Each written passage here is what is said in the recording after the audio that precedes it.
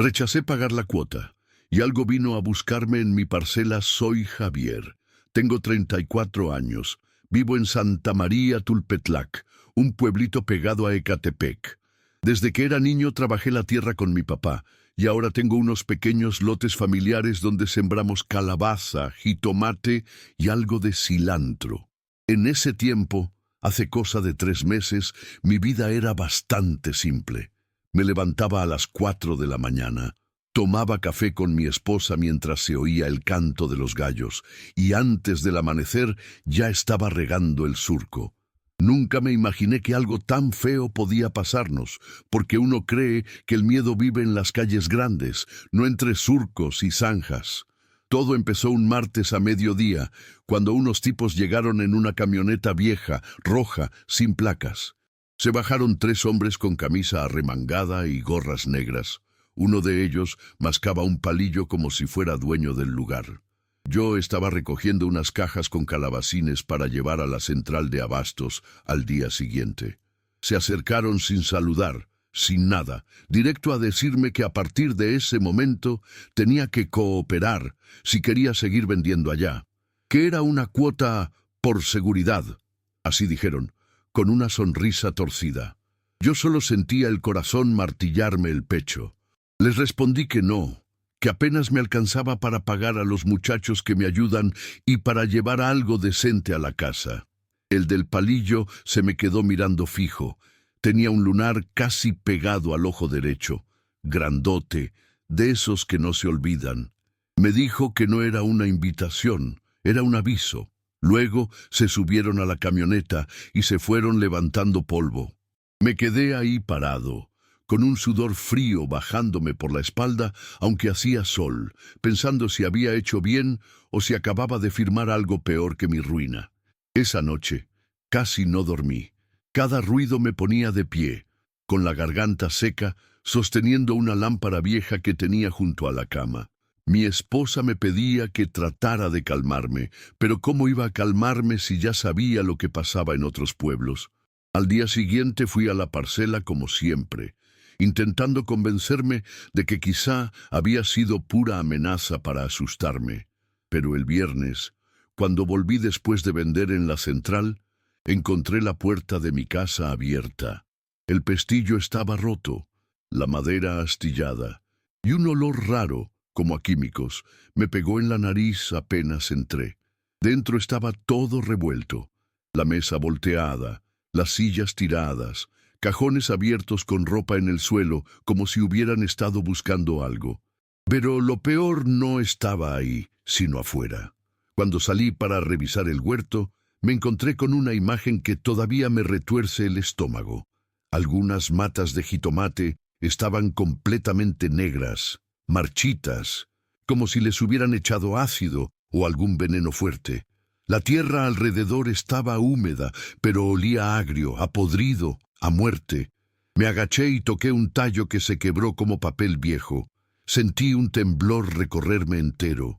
Esa tarde nos juntamos con otros agricultores de la zona, los mismos que siempre nos echamos la mano para traer costales o arreglar cercas. Les conté lo que había pasado, con la voz temblándome. No fui el único. Don Lauro dijo que hacía una semana había encontrado huellas raras cerca de su pozo, como de botas grandes con dibujos que no eran de por aquí. Acabamos decidiendo hacer guardias nocturnas. Compramos pilas nuevas para nuestras lámparas y agarramos palos largos. Algunos hasta trajeron machetes. No confiábamos en la policía, porque aquí siempre llegan cuando ya hay un muerto. Esa primera noche de vigilancia la pasé junto a Memo y Toño, 2 compadres que conozco desde que éramos mocosos correteando iguanas. Nos apostamos cerca de la entrada del lote, sentados sobre cubetas vacías, contando chistes malos para espantar el miedo. Cada tanto alumbrábamos con la lámpara entre las matas, viendo cómo las sombras bailaban raras. El aire estaba pesado, como si todo el campo respirara agitado, y el silencio se rompía solo por algún grillito o por nuestras propias respiraciones. Alrededor de las 3 de la mañana, escuchamos un crujido, algo seco, diferente a las ramas que se quiebran con el viento. Apunté la lámpara y me pareció ver una figura moverse entre las hileras de maíz vecino, demasiado alta y delgada, casi torcida, como si no supiera bien cómo caminar. Memo me agarró el brazo tan fuerte que me dejó marca. Quise gritarle algo, pero las palabras se me atoraron en la lengua. Luego, la luz se fue de golpe. La lámpara murió sin aviso, y nos quedamos envueltos en una negrura tan cerrada que juraría oír mi propio pulso retumbar. Nos quedamos quietos, conteniendo la respiración, con los oídos trabajando al máximo para captar cualquier sonido. Unos segundos después, escuchamos algo que nunca había oído en el campo, una especie de susurro, como si alguien murmurara nuestro nombre, pero sin vocales claras, arrastrando las consonantes. El miedo me hizo sudar frío. Cuando por fin la lámpara titiló y volvió a prender, no había nada, solo el maíz moviéndose con una brisa que había llegado de repente. Pero juro por mi madre que algo estuvo ahí, mirándonos, casi saboreándonos. Después de eso no volvimos a ver a esa cosa, si es que era una cosa, pero la tensión quedó flotando en el ambiente. Durante un par de semanas más hicimos rondas cada noche. Algunos días encontrábamos huellas nuevas en la tierra, largas, casi como si alguien arrastrara un pie, pero no descubrimos a nadie. Unos cuantos agricultores terminaron por pagar la cuota, resignados. Yo me mantuve firme, aunque por dentro sentía que estaba retando a algo más grande que esos hombres de la camioneta. Un mes después, un señor de un ejido cercano nos vendió un perro grande, un pastor belga medio maltratado, pero con un ladrido que retumbaba en los huesos. Desde que llegó a mi casa, no volvió a pasar nada extraño. No sé si fue casualidad, si el perro espantó a los hombres o a lo que sea que rondaba mis terrenos. A veces pienso que algo realmente oscuro había echado ojo a mi familia y que el perro fue como un pequeño escudo contra eso. De cualquier modo, empecé a dormir mejor, aunque siempre con un ojo abierto. Hoy las cosas están casi normales. Vendo mis calabazas y jitomates como antes, pero camino mi parcela con más cuidado, siempre con el machete colgado al cinto y el perro rondando. No sé exactamente qué pasó esa noche, ni quién o qué estaba entre los surcos. Solo sé que desde entonces, cada vez que apago la luz del cuarto para dormir, me quedo un segundo extra escuchando, esperando no volver a oír ese susurro pegajoso que me congeló la sangre. Y espero, de verdad, que nunca vuelva.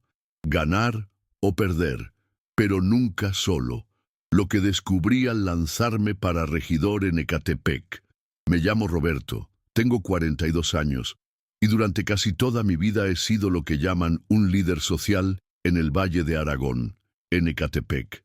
Empecé organizando colectas para arreglar fugas de agua, luego coordinando comités vecinales para tapar baches porque el municipio nunca se aparecía.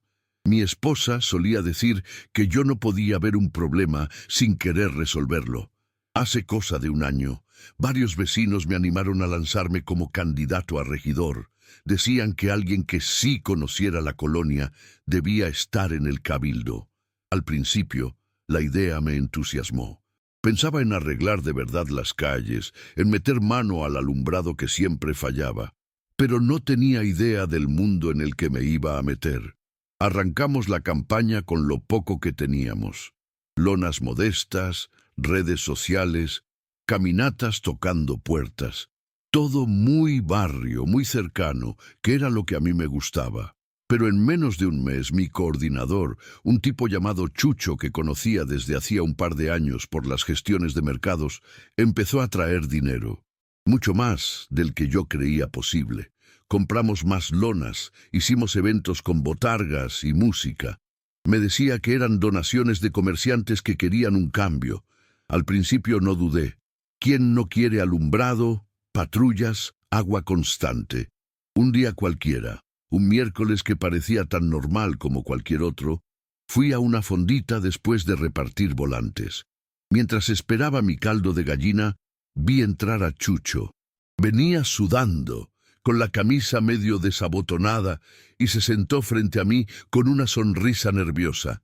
Me dijo que necesitábamos reunirnos con unos amigos importantes esa noche, que no podía faltar. Algo en su tono me hizo sentir un cosquilleo en la nuca. Le pregunté quiénes eran y solo me respondió: gente que te va a ayudar a ganar. No comí casi nada después de eso.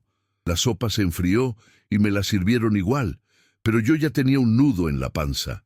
Esa noche me llevaron a un salón de fiestas medio escondido por Jardines de Morelos. Era un lugar raro, con paredes rojas y un retrato enorme de Emiliano Zapata colgado junto a un espejo sucio. Ahí estaban 3 hombres que nunca había visto. Uno bajito, con un diente de oro que brillaba cada vez que sonreía. Otro grandote, con manos tan grandes que parecían palas.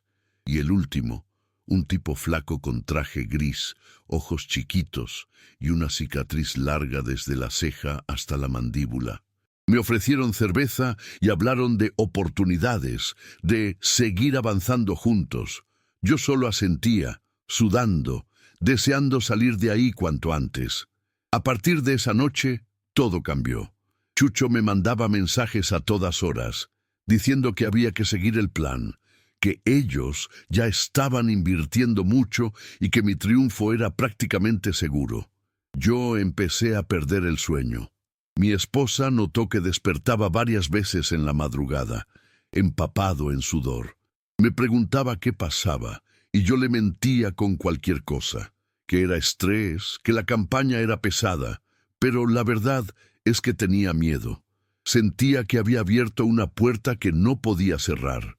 Una semana después llegaron más cajas de propaganda, sin que yo supiera de dónde salía el dinero. Camisetas, gorras, hasta lonas con luces para poner en cruceros grandes. Me llamaba la atención cómo los vendedores ambulantes, los choferes de combi, empezaron a saludarme con un respeto raro, casi incómodo. Algunos me decían: «Ánimo, licenciado, ya casi se arma». Yo solo sonreía, pero por dentro se me revolvían las tripas. Algo me decía que esas sonrisas tenían un precio. Todo se reventó el día que decidí confrontar a Chucho. Lo cité en mi casa temprano, antes de salir a caminar la colonia. Mi esposa estaba preparando café en la cocina cuando él llegó. Le dije directo que ya no quería seguir con ese dinero, que sentía que no era limpio. Chucho me miró como si fuera un niño que no entiende nada, y soltó una risa corta, sin humor. Luego se inclinó hacia mí, bajito, con un tono que me heló. «Si usted gana, gana con nosotros. Si no, pierde todo. Así de sencillo». Luego se fue, dejando el olor a su loción barata flotando en mi sala como un fantasma. Esa tarde me llegaron 2 mensajes idénticos de números que no tenía registrados. Solo decían: «Decida bien, regidor, esto no es un juego». Me quedé viendo la pantalla del celular con la garganta seca, sintiendo que cada letra me empujaba más al borde de algo oscuro. Quise llamar a alguien, a la policía, a un amigo abogado, pero ¿qué iba a decirles? ¿Que el coordinador de mi campaña estaba aliado con gente que manejaba los mercados y las rutas, y que ahora yo era su rehén? Ni siquiera tenía pruebas. Esa noche dormí con un bate al lado de la cama. Pasé los siguientes días con un peso en el pecho que me hacía difícil hasta respirar. Iba a los eventos de campaña casi por inercia, saludando gente, sonriendo para las fotos, mientras por dentro solo pensaba en cómo me habían acorralado. Una tarde, mientras caminaba por la avenida central repartiendo volantes, me encontré con un viejito que vendía paletas bajo una sombrilla desteñida. Me dijo: «Licenciado, cuídese mucho. Hay ojos que no perdonan». No sé por qué, pero esas palabras me sacudieron más que cualquier amenaza directa. Fue como si la colonia misma me hablara. Al final tomé la única decisión que creí posible. Me retiré de la contienda. Hice un comunicado sencillo en redes sociales, agradeciendo el apoyo de los vecinos y diciendo que por motivos personales no continuaría. Chucho no volvió a buscarme, pero durante 2 semanas vi una moto negra pasar lento frente a mi casa todas las noches. Mi esposa tenía un sobresalto cada vez que oíamos el motor. Dormíamos con las luces del patio encendidas, por si acaso. Con el tiempo, la moto dejó de venir, y Chucho se metió en otra campaña, con otro pobre diablo que seguro tampoco tenía idea de dónde se estaba metiendo. Yo seguí con mis gestiones vecinales, pero ya sin meterme en cosas grandes. Algunos me criticaron, dijeron que me faltó valor, pero nunca nadie vio los mensajes que me llegaron, ni escuchó ese tono helado cuando me advirtieron lo que podía perder. Ni se imaginan la mirada vacía de esos hombres en el salón de fiestas, como si ya supieran de antemano mi destino. Hoy todavía vivo aquí, en el mismo barrio que amo, viendo crecer a mis hijos, tratando de que tengan una vida más sencilla. Pero cuando pasa una camioneta sin placas o alguien me observa desde una esquina demasiado tiempo, siento ese viejo nudo volver al estómago. Y aunque trato de convencerme de que ya pasó, en el fondo sé que esa frase nunca dejará de retumbarme en la cabeza. Si usted gana, gana con nosotros. Si no, pierde todo. Fuimos a buscar a los nuestros, pero alguien más nos estaba esperando. Me llamo Leti. Tengo 39 años y vivo en Ciudad Cuauhtémoc, en Ecatepec. Desde hace 2 años formo parte de un colectivo de madres buscadoras, mujeres que salimos con picos, palas y, sobre todo, con el corazón hecho pedazos, tratando de encontrar a los nuestros. Mi hijo Juan desapareció hace casi 3 años. Tenía apenas 17. Desde entonces mi vida se volvió eso. Buscar entre basura, entre matorrales, entre rumores. Dormir poco, comer casi nada, vivir con un solo objetivo. No hay dolor que se compare con no saber dónde está tu hijo.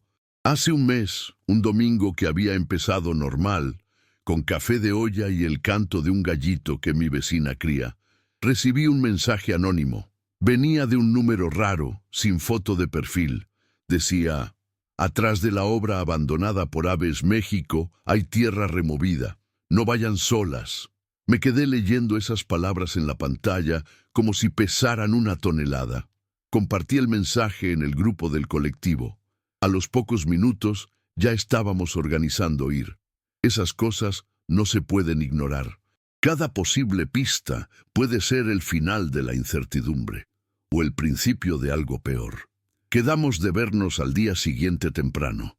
Éramos 6 mujeres con bolsas colgadas al hombro llenas de agua, guantes, algunas mascarillas viejas por el olor. Nos fuimos en 2 taxis. Cuando llegamos, el lugar se veía desolado, una construcción gris, sin ventanas, con grafitis nuevos, y detrás un terreno baldío cubierto de hierbas altas y pedazos de bloc tirados.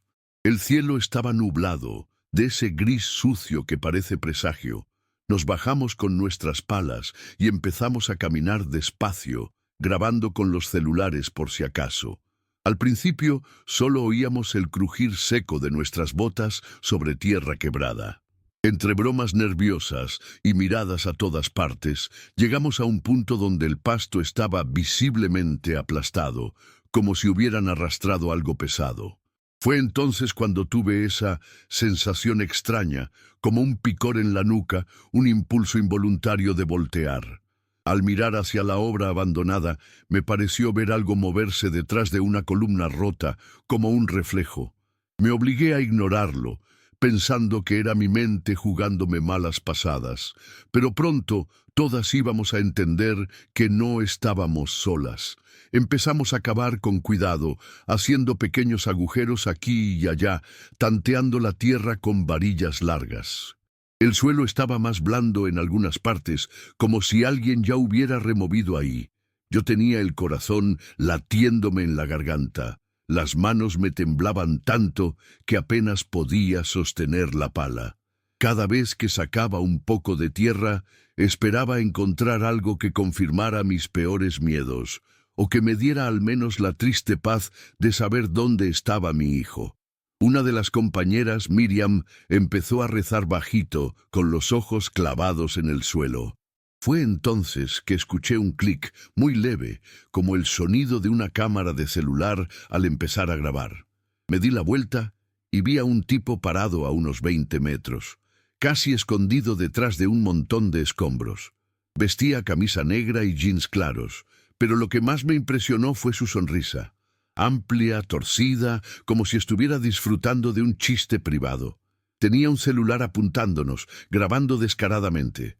En ese momento sentí un hueco helado en el estómago. Las demás también lo notaron y dejaron de cavar, quedando en un silencio tan tenso que se podían oír los latidos de cada una. Antes de que pudiéramos reaccionar, escuchamos el motor de un coche aproximándose lento, muy lento, sobre la terracería. Era un sedán negro sin placas, con vidrios tan polarizados que parecían espejos. Se detuvo a unos 10 metros de nosotras. Ninguna bajó la pala, pero nos quedamos paralizadas, intercambiando miradas cargadas de terror. Del carro no bajó nadie, solo permaneció ahí con el motor encendido, mientras el tipo de la sonrisa seguía grabando. Cada segundo que pasaba, sentía que las piernas me iban a fallar. Miriam fue la primera en decirlo. «Vámonos ya». Y aunque parecía obvio, nadie se movió hasta que el auto dio un leve avance, como empujándonos sin palabras a largarnos. Entonces reaccionamos casi al mismo tiempo, tomamos nuestras cosas y empezamos a caminar de regreso hacia la calle principal. Yo iba con la respiración entrecortada, esperando escuchar un portazo o un disparo detrás de mí en cualquier momento. Mi celular grababa sin que me diera cuenta. Cuando revisé después, solo tenía un video tembloroso del suelo, acompañado de mi jadeo nervioso. Cuando por fin llegamos a la avenida, un alivio raro me recorrió el cuerpo. Como si de pronto el ruido de los camiones y el bullicio de los puestos nos devolvieran al mundo normal, lejos de esa tensión silenciosa que parecía querer tragarnos detrás de la obra. Ahí mismo nos despedimos rápido. Cada quien tomó un taxi diferente. Yo no podía dejar de mirar por la ventanilla, convencida de que en cualquier momento vería ese auto negro siguiéndome. Durante el trayecto, sudé tanto que sentía la blusa pegada a la espalda. Al llegar a mi casa, cerré bien la puerta, corrí las cortinas y me senté en el piso con el celular entre las manos. No sabía qué hacer. ¿Llamar a la policía? ¿A quién iba a acusar si ni siquiera tenía rostros claros ni placas? Mi marido me abrazó cuando llegó del trabajo y me encontró así, hecha un ovillo, temblando. Esa noche no dormimos bien. Cada faro que pasaba iluminando la ventana nos hacía brincar como si fuera el inicio de algo peor. Pasaron los días y no recibimos amenazas directas, ni llamadas, ni mensajes raros, pero tampoco volvimos a ese lugar. En el colectivo acordamos ser más cautelosas, no movernos sin acompañamiento de autoridades, aunque sepamos que a veces ellos mismos están enredados en todo esto. La rabia y la impotencia son el pan nuestro cada día. No sé si ahí había algo, algún cuerpo esperando ser encontrado. Solo sé que hay miradas que pesan más que un arma, y esas son las que cargamos ahora, sabiendo que alguien allá afuera sonríe mientras nos observa. Hoy sigo buscando a mi hijo, pero con pasos más lentos, con el miedo pegado a la piel como una costra que nunca se cae. Cada vez que salgo con el colectivo, me reviso 1000 veces el entorno. A veces siento que nos dejaron ir solo para que corriera la voz, para que supiéramos quién manda. Y aunque no entiendo del todo por qué no pasó algo peor ese día, doy gracias de seguir viva para seguir buscando. Porque si algo tengo claro es que mientras me queden fuerzas, no voy a dejar de hacerlo.